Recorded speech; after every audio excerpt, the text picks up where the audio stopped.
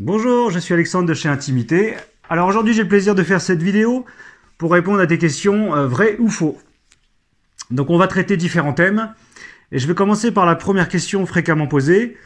Peut-on déguster son thé, son infusion, sa tisane ou son rooibos froid? Alors oui, on peut déguster donc n'importe quel thé vert, que ce soit thé vert, thé noir, rooibos, infusion ou tisane. Vous pouvez la déguster donc froide ou chaude. C'est peut-être plus agréable chaude puisque ça a des effets thérapeutiques. Le chaud, bien sûr, apporte le réconfort et ça peut faire du bien dans certains cas, notamment les crampes et certaines choses comme ça.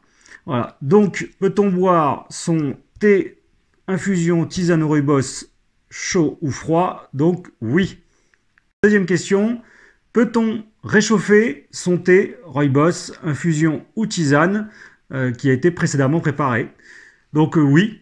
Ce que je vous préconise, c'est de recouvrir la préparation, de la faire chauffer lentement. Et vraiment, ce qui est important, c'est de recouvrir. Donc, on recouvre, on fait réchauffer lentement pour conserver tous les avantages et les bienfaits, et aussi le goût de votre thé, infusion, tisane ou rooibos précédemment préparé. Troisième question. Si je mets beaucoup plus de plantes, donc que ce soit les tisanes ou infusions, est-ce que je vais permettre d'avoir plus de bienfaits? Donc non. Il n'y a aucun intérêt en fait de mettre beaucoup de préparation. Vous pouvez rester à peu près entre 15-20 grammes par litre. C'est largement suffisant. Au-delà, ça n'aura aucun intérêt. Ça n'apportera pas plus d'avantages. Alors, est-ce que je peux rajouter des plantes à des préparations déjà existantes? Donc oui, vous pouvez très bien, sur un thé à la menthe, rajouter de la menthe fraîche, si vous le souhaitez. Ou vous pouvez très bien aussi, sur des tisanes et infusions détentes, vous pouvez rajouter par exemple de la camomille si ça vous fait plaisir. Donc oui, bien sûr, vous pouvez rajouter ce que vous voulez dans vos préparations, c'est vraiment en fonction de vos goûts. Si je laisse infuser 30, 40, 50 minutes, est-ce que ça va permettre d'avoir plus de bienfaits? Alors la réponse est non. Il faut savoir que l'infusion et la diffusion des bienfaits au niveau des plantes se fait dans les 10 premières minutes. Donc aucun intérêt de laisser très longtemps votre infusion, hormis si vous faites une préparation à froid, où là vous pouvez laisser infuser 30 minutes recouvert et ensuite faire chauffer à feu doux pendant environ 10 minutes. Alors, est-ce que je peux réinfuser plusieurs fois ma préparation?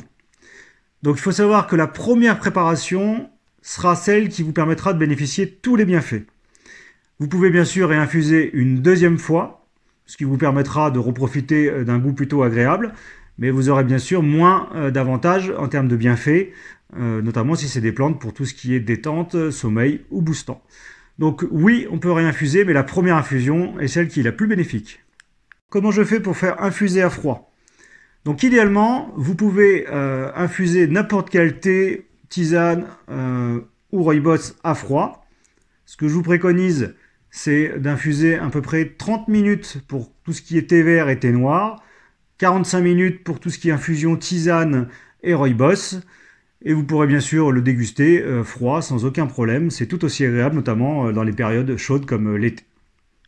J'espère que cette vidéo vous a plu.